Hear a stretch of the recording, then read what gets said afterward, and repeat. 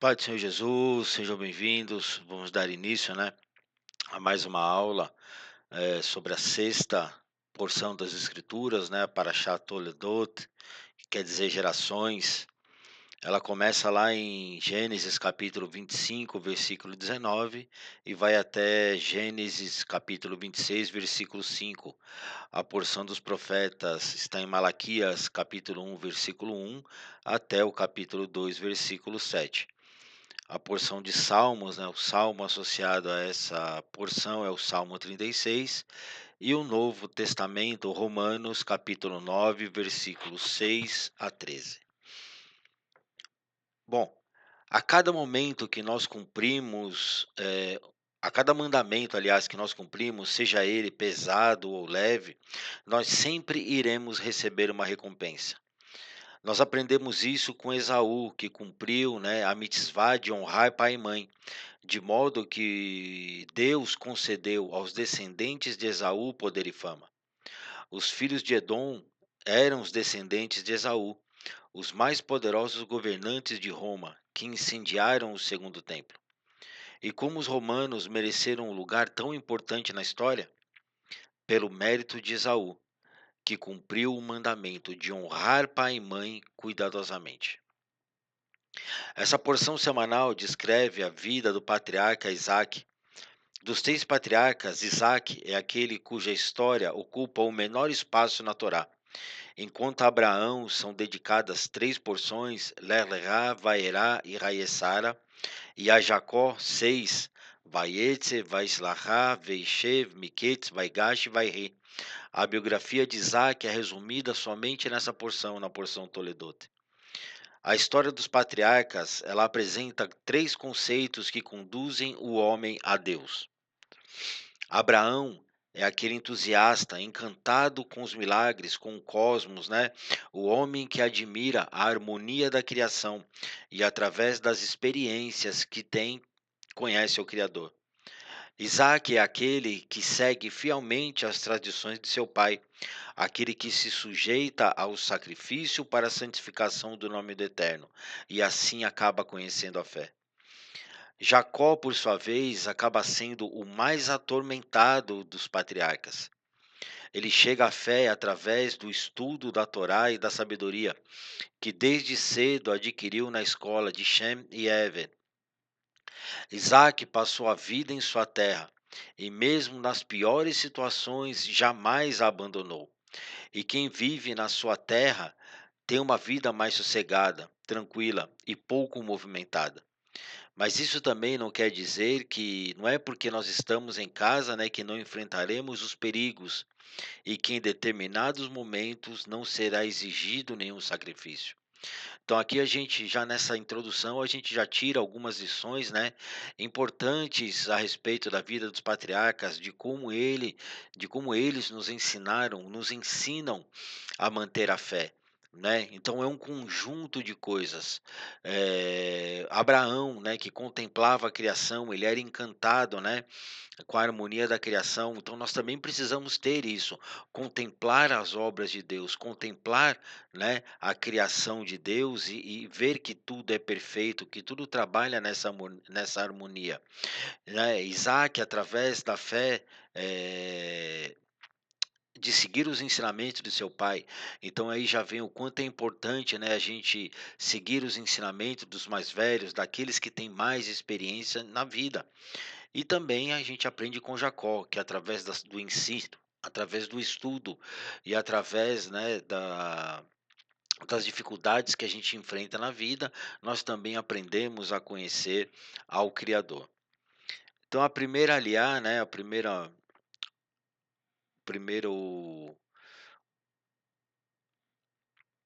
a primeira porção, que a gente vai estudar dentro da Paraxá, ela está em Gênesis capítulo 25, versículo 19 até o 25. Gênesis capítulo 25, de 22 a 23 diz: E lutaram os filhos no seu ventre, e ela disse: Se é assim, por que eu desejei isso? E foi consultar ao Eterno. E disse-lhe o Eterno: Duas nações há no seu ventre, e dois reinos de tuas entranhas se dividirão. Uma nação mais que a outra se fortalecerá, e a maior servirá à menor. O maior desejo de Isaac e Rebeca era ter um filho, a quem pudessem ensinar e educar para se tornar um verdadeiro servo de Deus. E eles rezaram para isso durante anos. Enquanto Rivca, né, que esse é o nome de Rebeca no original, é Rivca, estava grávida, ela sentia tormentos tão fortes que ela achava que iria morrer. E com isso ela foi procurar um profeta de Hashem. Os rabinos dizem, né, tem alguns comentaristas que dizem que ela foi procurar o próprio Abraão, né, e outros dizem que ela foi procurar Shem na Yeshivá, né, na escola que ele havia aberto. Mas aí isso é só um detalhe, né, só uma curiosidade. E aí o profeta respondeu, né, ela foi procurar esse profeta, e o profeta respondeu: "Não tenha medo, você está carregando gêmeos e eles estão brigando entre si". E aqui nós podemos explorar, né, a relação entre Jacó e Esaú. Ela nos mostra a identificação de Esaú, aliás, com a serpente, e a necessidade de Jacó de lidar com esse mal, né, nesse mundo, para poder se transformar na parte escolhida do Criador. As batalhas de Jacó com Esaú, elas são uma metáfora, elas são uma alusão, né, ao sistema espiritual que nós vivemos, a luta entre o bem e o mal na existência humana. Veja bem, a luta entre o bem e o mal não acontece entre Deus e Satanás. Satã, ele não é inimigo de Deus, e que isso fique bem claro, ele é nosso inimigo. E essa luta entre o bem e o mal, ela está dentro de nós, né? É a luta que eu e você precisamos vencer todos os dias. Nós vemos mais claramente, né, como a nomeação de Jacó e significa o seu papel especial e a sua diferença em relação a Abraão e a Isaque. A importância da luta de Jacó com Esaú para o futuro também é explicada juntamente com os métodos usados nessa batalha contínua contra o mal. Jacó e Esaú, elas nascem juntos no ventre de Rivca, em um nível macrocósmico, né, em um nível maior, vamos dizer assim, um nível mais amplo, mais elevado espiritualmente. Jacó representa as forças do bem e Esaú as forças do mal dentro do útero de Rivca, que simboliza o nosso mundo físico. Em um nível microcósmico, essa dinâmica ela apresenta aspectos positivos e negativos da nossa própria natureza. E quando nós olhamos essas escrituras, passamos por essas passagens, e se a gente conseguir extrair dela os ensinamentos que ela tem para nós, nós vamos conseguir a vencer, né, o nosso lado sombrio, e nós vamos vencer, né, vamos dizer assim, os nossos próprios demônios internos. Então, meu irmão, você já começa a ter aí a noção de que essa luta que nós enfrentamos todos os dias, né? Paulo vai dizer o espinho na carne. Nós temos vários exemplos, né, nas Escrituras dessa luta interna com consigo mesmo. Vemos essa passagem em Jonas, né? Deus dá uma missão para Jonas, mas ele prefere fugir da missão que Deus deu, né, então é o lado mal, é o Yetzer Hará, é essa má inclinação nos afastando do propósito que nós temos, né, estabelecidos pelo Eterno para a nossa vida. Então essa é a nossa luta, né, então eu não tenho que lutar contra o a má inclinação do meu irmão, não, eu tenho que lutar contra a minha. Cada um cuidando da sua vida. Olha, se cada um já começasse, né, a lutar contra os seus próprios demônios, você pode ver que como as coisas iam ser cada vez melhores. Mas o grande problema é que muitas vezes nós nos esquecemos de lidar com as nossas mazelas, lidar com os nossos problemas para querer lidar com o problema dos outros. Eu quero expulsar o irmão da vida do eu quero expulsar o demônio da vida do irmão, mas esqueço de expulsar o demônio da minha vida. Simples assim. Então a gente precisa começar a olhar para a nossa má inclinação primeiro, para as nossas mazelas, para as nossas fraquezas, e aí sim, diante do estudo da Torá, vencê-las e subjugá-las. A gente não vai matar o velho homem, ele não vai morrer. Se você tem isso ainda, né, na sua mente, velho, esquece. Você não vai matar o velho homem. Ele só vai morrer no dia que eu e você ou descemos à sepultura ou fomos arrebatados, simples assim. Então essa é a luta que eu e você vamos enfrentar todos os dias da nossa vida, né? E os gêmeos, eles eram completamente diferentes. Esaú tinha tantos cabelos que ele parecia usar um casaco, e a sua pele tinha também uma coloração vermelha intensa, e Jacó tinha a pele lisa. Com 8 dias, Isaac realizou, né, a Brit Milá em Jacó, e ele ficou com medo de fazer em Esaú, por causa da sua pele vermelha, e decidiu esperar até que o sangue saísse da superfície da pele. Esaú cresceu e, com a idade de 13 anos, ele se recusou a fazer a circuncisão, a fazer a Brit Milá. Alguns outros rabinos, né, eles têm a opinião de que ele realizou, né, a Brit Milá. Agora, você lembra lá quando nós estávamos estudando a vida de Abraão, né, na Parashá Lel Ra, quando Deus ordena para que Abraão fizesse a circuncisão, né, que Deus removeu através desse ato a negatividade de Abraão e ele pôde identificar os 3 anjos, né, como sendo os 3 homens como sendo anjos, seres celestiais.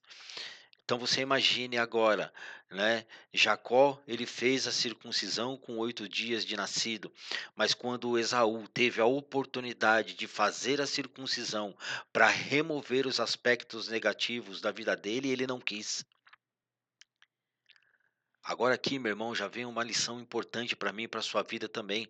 Eu e você, enquanto não realizarmos a Brit Milá Balev, a circuncisão do coração, enquanto a gente não remover completamente, né, toda a negatividade da nossa vida, dificilmente a gente vai evoluir a nossa consciência e a gente vai conseguir alcançar os nossos objetivos.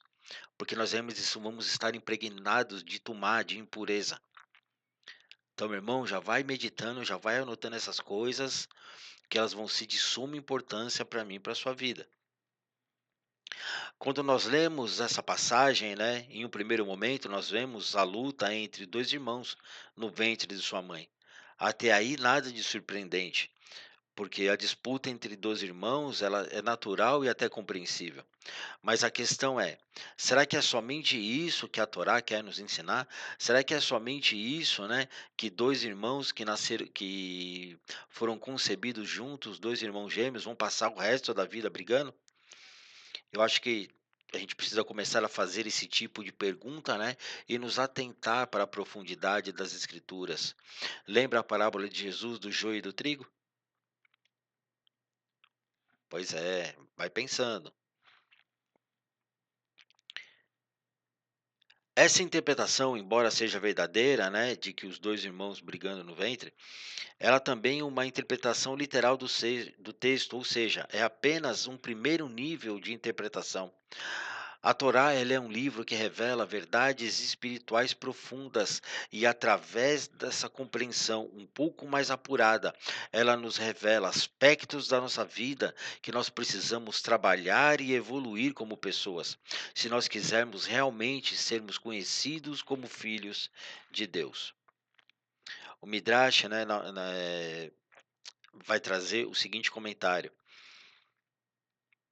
por essa razão, Israel se apresenta em tratá-lo, tratar quem? Tratar Esaú, né, a serpente, com sabedoria e astúcia, para que ele não seja capaz de causar o mal e governar. Portanto, Jacó ele tem a fé verdadeira, ele tem a fé genuína, né? E ele tratou Esaú em tudo que ele fez para que não houvesse lugar para que aquela serpente pudesse contaminar e governar esse mundo. Olha que fantástico, meu irmão, um comentário dos rabinos, né, a respeito do nascimento de Esaú e Jacó. Esaú tenta nascer primeiro e Jacó o puxa pelo calcanhar. Jacó ali usa de sabedoria, porque se Esaú nascesse primeiro, ele teria primazia em governar o mundo. Ou seja, aplica isso num nível espiritual elevado. Imagine essa situação. se a serpente conseguisse realmente governar o mundo, né, sem barreiras, vamos dizer assim, o que que seria de nossas vidas?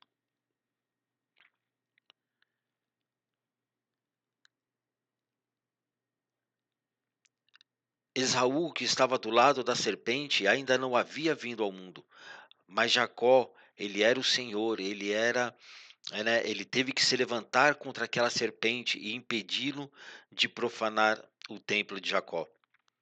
Jacó teve que lutar contra ele com mais inteligência do que o resto das pessoas do mundo. Portanto, porque Jacó lutou com ele astutamente, comprou dele o seu direito de primogenitura e bênçãos. O Santo de Israel foi escolhido para ser a parte e a porção do Santo, bendito seja ele. Como está escrito: pois a porção de Hashem é o seu povo, Jacó é a sorte de sua herança. Está em Deuteronômio 32:9. Então, meu irmão, essa luta que nós enfrentamos, né? Nós não vamos vencer ela pela força do nosso braço, pela nossa inteligência, ou porque frequentamos mais cultos, ou porque lemos mais a Bíblia, enfim. Não é por isso, é pela ação do Espírito em nossas vidas, porque não importa o quanto eu sei da Bíblia, o que importa é o quanto eu aplico dela na minha vida. Isso vai me fortalecer e vai fazer com que eu tenha sabedoria, mas não a sabedoria minha, mas a sabedoria que vem dos céus, a sabedoria que vem da Torá, da palavra. É ela que vai subjugar, é ela que vai vencer o nosso Yetzer Hará, é ela que vai vencer a nossa má inclinação.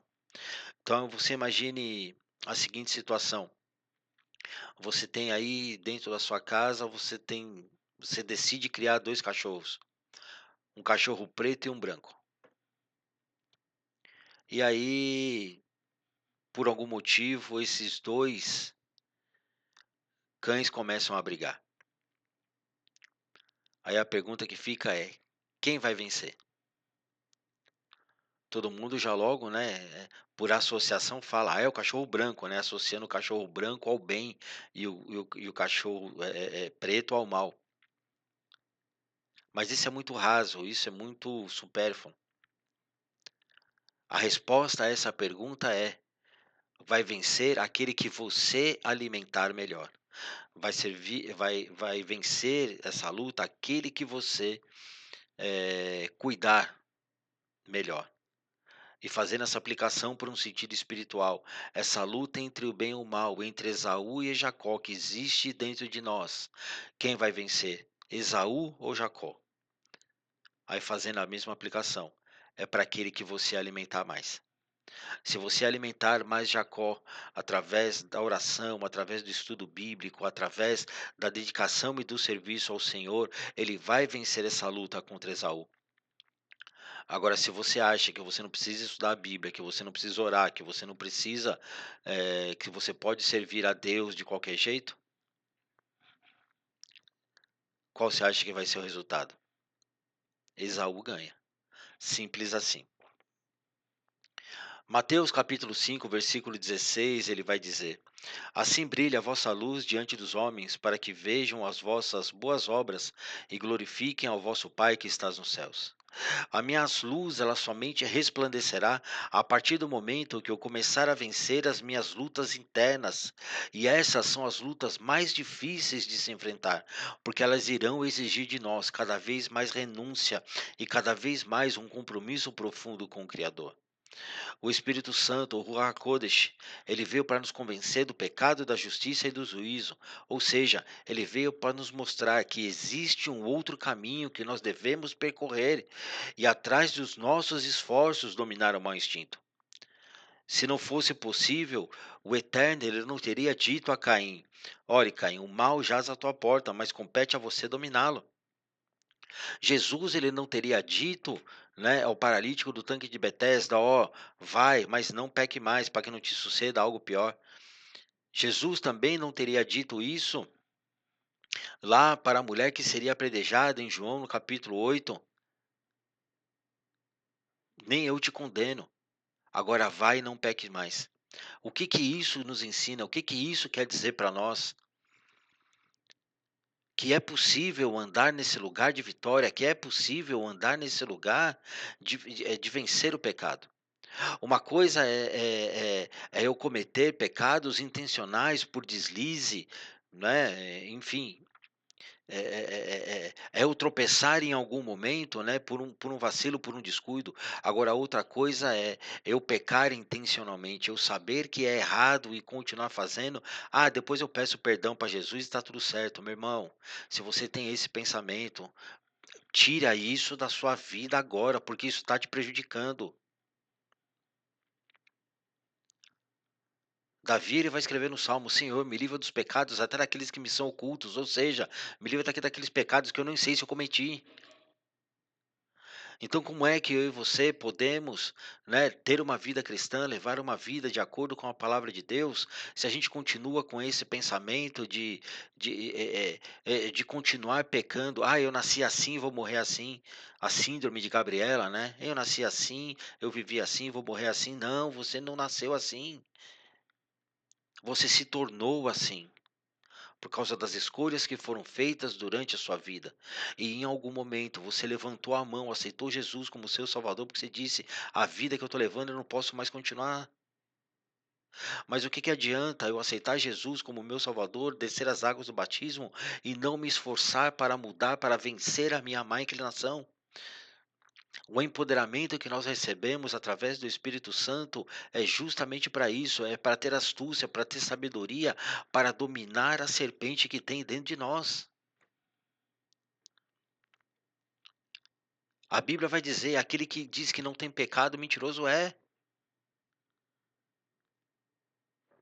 Então, meu irmão, isso é a luta que eu e você vamos ter que, vamos enfrentar, né, o resto de nossa vida. O Espírito Santo, o Ruach HaKodesh, ele nos capacita, ele nos empodera justamente para isso, para essa luta diária contra o mau instinto. Ele nos capacita para o cumprimento dos mandamentos estabelecidos por Deus.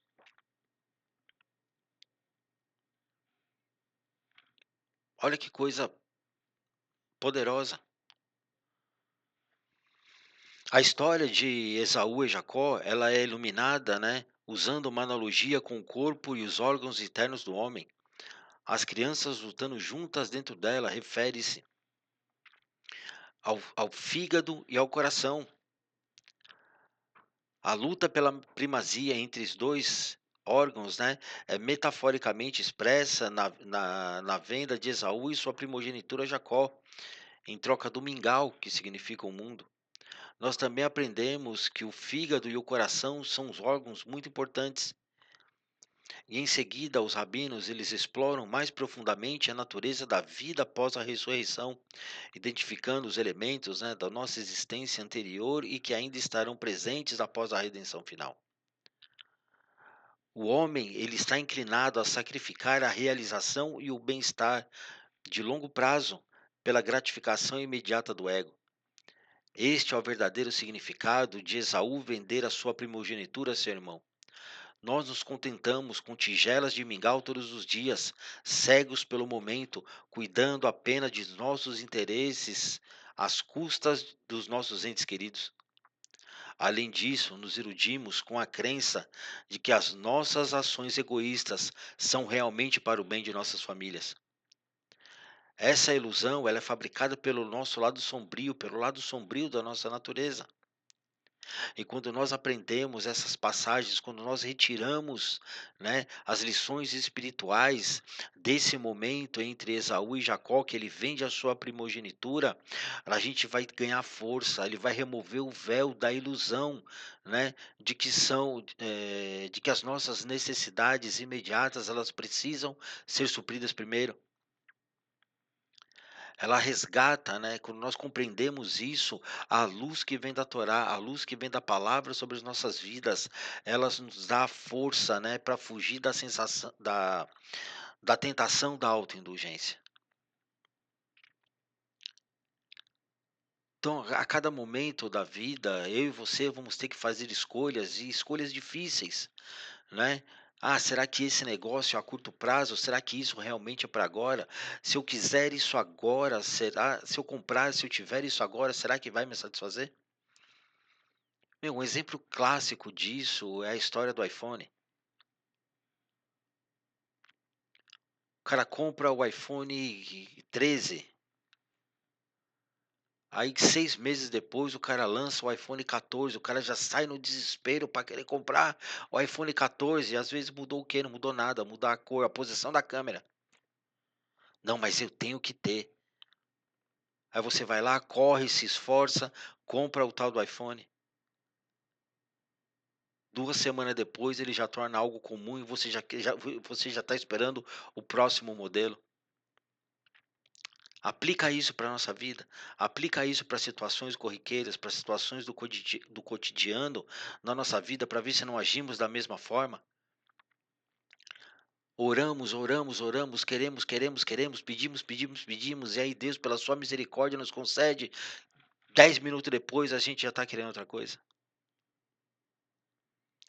Então a gente precisa remover isso da nossa vida, aprender através das escrituras, né, através dessa passagem importantíssima da luta entre Jacó e Esaú, Esaú e Jacó, que nós precisamos vencer esses desejos imediatos que muitas vezes não vão satisfazer o vazio que tem dentro de nós. E aqui já vai uma dica, meu irmão: se a palavra de Deus não preencher você, nada nesse mundo vai preencher. Se a palavra de Deus não for suficiente para a sua vida, se a palavra de Deus não for suficiente para te sustentar, para manter a chama acesa todos os dias da sua vida, nada que você possa adquirir nesse mundo vai fazer isso. É claro que nós temos vontades, temos desejos. Veja bem, eu não estou anulando a nossa vontade de ter coisas, de comprar coisas. Aliás, você trabalha, né? Aliás, a Bíblia vai dizer o quê? Se quiserdes e me ouvides, comereis o bem dessa terra. Então, você trabalhar, você se esforçar, né? Adquirir as coisas para o seu conforto, isso não tem o menor problema. Mais uma vez eu falo, tenha responsabilidade com aquilo que eu estou falando. Se a gente pega, vive somente em prol das coisas desse mundo, nós somos os mais miseráveis dos homens. Queremos um bom salário, queremos uma boa casa, né? Queremos um bom carro para passear com a nossa família, mas veja bem, lá no fundo, no fundo, nós queremos as coisas única e exclusivamente para nós e, e muito poucas vezes para compartilhar com os outros. Pare e pense nessas coisas. 1 João capítulo 2, versículos 3 e 7. E nisso sabemos que o conhecemos, se guardamos os seus mandamentos. Aquele que diz, eu conheço, mas não guarda os seus mandamentos, é mentiroso e não está na verdade. Mas qualquer que guarde a sua palavra, por amor de Deus, tem-se verdadeiramente aperfeiçoado. E nisso conhecemos que estamos nele. Aquele que diz que está nele deve andar como ele andou. Amados, não vos escrevo um mandamento novo, mas um mandamento antigo, que desde o princípio tivestes. Esse mandamento antigo é a palavra que ouvistes. Meu Deus, apóstolo João, falando sobre os mandamentos antigos, que os mandamentos não são coisa nova. Então, como eu analisando as escrituras, eu não consigo entender como tem pessoas que dizem que os mandamentos foram anulados, que os mandamentos foram abolidos. A verdade é que alguns estão suspensos, porque não existe mais o templo. Isso é verdade. E Jesus, ele é o sacrifício, né, perfeito, ele é o sacrifício que nos traz a paz. Quanto a isso é indiscutível. Mas nós temos mandamentos que eles estão valendo até hoje e nós passamos por cima dele como se não houvesse amanhã. Quando Jesus ele diz, né, eh, quando perguntam para Jesus quais são os principais mandamentos, ele diz: amar a Deus sobre todas as coisas e amar o próximo como a ti mesmo, porque nessa lei se resume, porque nesses dois mandamentos se resume a lei e os profetas, né? Agora eu vou te falar uma coisa que talvez acho que ninguém nunca tenha te falado. Amar a Deus sobre todas as coisas. Você pega o primeiro mandamento até o mandamento de número 5. Depois amar o próximo como a ti mesmo, do mandamento sexto ao mandamento 10. Toda a lei resumida desses dois mandamentos. Aí depois você pega lá Êxodo, capítulo de número 20, você vai ver lá os 10 mandamentos como eles são. E analise o mandamento de 1 a 5 e depois do sexto ao décimo. Os 5 primeiros eles tratam do nosso relacionamento com Deus, amar a Deus sobre todas as coisas. E os outros mandamentos do nosso relacionamento com o próximo, amar o próximo como a ti mesmo. Medite nessas coisas. Quando João escreve esse texto, Jesus ele já havia sido crucificado, ressuscitado e sendo assunto aos céus. E através do cumprimento dos mandamentos que eu demonstro se eu conheço a Deus ou não. A compreensão desse texto irá me fortalecer, vai me dar forças para lutar a minha guerra pessoal. E nós não podemos nos enganar. Essa guerra é uma tarefa única e exclusiva de cada um. Ela não há terceirização. Então eu tenho que lutar essas minhas guerras. Eu não posso pedir para vocês lutar essas guerras para mim. Você tem que lutar a sua, o seu marido tem que lutar a sua, seu filho tem que lutar a dele, a irmã que participa com você lá no círculo de oração que vai no culto, ela tem que enfrentar a dela e você a sua. É simples assim. As guerras elas são individuais. É claro que existem guerras coletivas, aí é um outro aspecto. A gente vai entrar nisso depois. Mas o que nós estamos tratando aqui, nesse momento, é a guerra pessoal de cada um. Então, meu irmão, não se preocupe com a guerra do seu irmão, não. Se preocupe com a sua. Se preocupe com a sua vida, se preocupe com os seus afazeres, se preocupe com os mandamentos que você precisa cumprir, porque são esses mandamentos que vão te fortalecer no seu relacionamento diário com Deus. Se você cumpre e seu irmão não cumpre, o problema é dele, não é seu. Se você faz e ele não faz, o problema não é seu, o problema é dele. Simples assim. Quando a gente, como igreja, começar a se preocupar, entenda o que eu estou dizendo mais uma vez. Cada um começar a olhar para si e procurar a querer se melhorar, a nossa vida como igreja ela vai ser muito melhor. Porque daí eu vou começar a olhar a cada um, como a própria escritura diz, olhe cada um, né, como se fosse melhor do que você. Se julgue pior do que o seu irmão. Quando eu tenho consciência do que eu preciso melhorar, das minhas falhas de caráter, quando eu olho para qualquer irmão, eu falo, ele é melhor do que eu. Eu trato ele com benevolência e me julgo com severidade. Todo mundo adora, né, aquela passagem, aquele versículo que as pessoas dizem: "Os humilhados serão exaltados", né. Mas será que é isso que a escritura diz mesmo?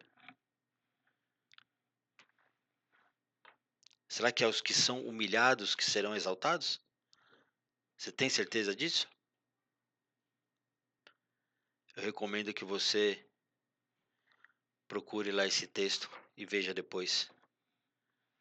Jesus ele é claro em dizer: "Os que se humilham serão exaltados". E o que é se humilhar? É justamente você olhar para seu irmão e dizer: "Ele é melhor do que eu". Comece a pensar nisso.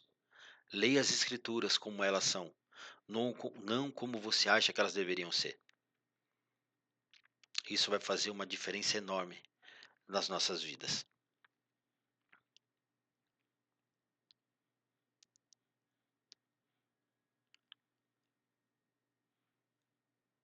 Como eu já havia, né, comentado antes, uma coisa é pecar por acidente, outra coisa é pecar intencionalmente. Ou seja, eu sei que se está errado e mesmo assim eu vou fazer. Isso é desobediência, isso é transgressão.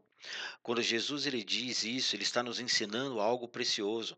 Se nós recebemos o perdão e continuamos cometendo o mesmo erro, as coisas piores irão nos acontecer. Por causa da longanimidade do Criador, nós não atrelamos os problemas que passamos por causa dos pecados que nós cometemos. Quando nós pecamos, nós quebramos o vaso.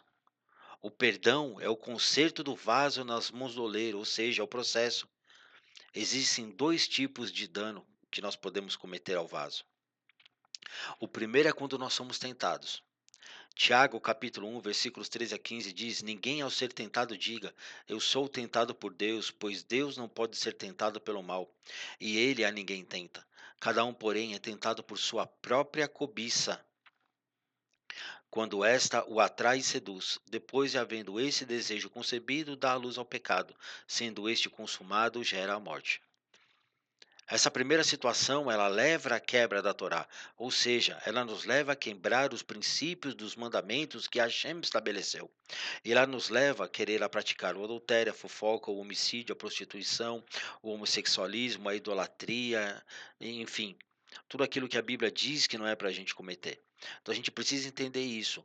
Toda vez que eu sou tentado, é a minha má inclinação tentando me levar para um lugar para que eu quebre os princípios da lei de Deus. São situações onde o nosso caráter ele é testado e ele exige de nós uma renúncia para que a nossa luz resplandeça. São aquelas situações em que nós achamos que elas fazem parte de nós, da nossa personalidade. Lembra lá do espinho da carne? Mas não é. Nós somos criados à imagem e à semelhança de Deus, e as nossas más escolhas que nos afastaram do Criador, endurecendo o nosso coração e nos tornando cada vez menos capazes de nos arrepender. A segunda situação é quando nós somos provados. Deuteronômio 8, Deuteronômio capítulo 8, versículo 2: E te lembrarás de todo o caminho pelo qual o Senhor, o teu Deus, te guiou no deserto esses 40 anos, para te humilhar e te provar, para saber o que estava no seu coração, se guardaria os mandamentos ou não. Deus ele nos leva ao deserto para provar a nossa fé e a nossa confiança nele, ou seja, ele nos prova e também nos dá ferramentas de que precisamos para suportar o período de dificuldades. Nós recebemos as armaduras e as armas necessárias. Portanto, meu irmão, quando nós somos provados, é quando Deus ele restringe algo de nós, é quando ele tira de nós, por exemplo, uma fonte de renda, quando ele tira de nós uma fonte de provisão para nos levar, para nos conduzir ao deserto, né, para nos levar a esse lugar aonde nós seremos provados, onde nós seremos é, é, conduzidos nesse lugar, né, como é que fala? Esse lugar de restrição, vamos dizer assim, aonde essas coisas irão acontecer, justamente para que a nossa fé seja provada, para que a nossa fé seja levada muitas vezes a um nível extremo. Então, meu irmão, já vai tomando posse aí de novas armaduras, né, de novas armas, para que você possa enfrentar esses momentos de provação, que você possa receber aí de Deus também a capacitação do Espírito Santo para que você possa atravessar, né, os momentos de provação com sabedoria, com inteligência. Aleluia. Bom, existem alguns outros aspectos dessa porção, né, que se a gente continuar aqui, ela vai ela vai se estender demais esse vídeo, ela vai, né, entrar numa outra situação em que a gente pode deixar isso para uma outra aula, que a gente precisa trabalhar primeiro esses conceitos que nós aprendemos aqui, da nossa luta pessoal. Se você tiver isso enraizado com você, de que essa luta ela é sua e de que isso vai ter todos os dias na nossa vida, você se fortalecendo pela palavra, você vai conseguir vencer e você vai conseguir vencer, né, os obstáculos que estão sobre a sua vida, tá bom? Então, mais uma vez, que você possa ser abençoado por essa palavra, por esse estudo. Está aqui o telefone, né? Qualquer coisa que você precisar, se tiver alguma dúvida, não hesite em me mandar uma mensagem, né? Que assim que puder eu te respondo. Que fiquem com Deus e que a palavra do Eterno possa florescer em vosso coração. Amém? Até a próxima aula. Fiquem com Deus.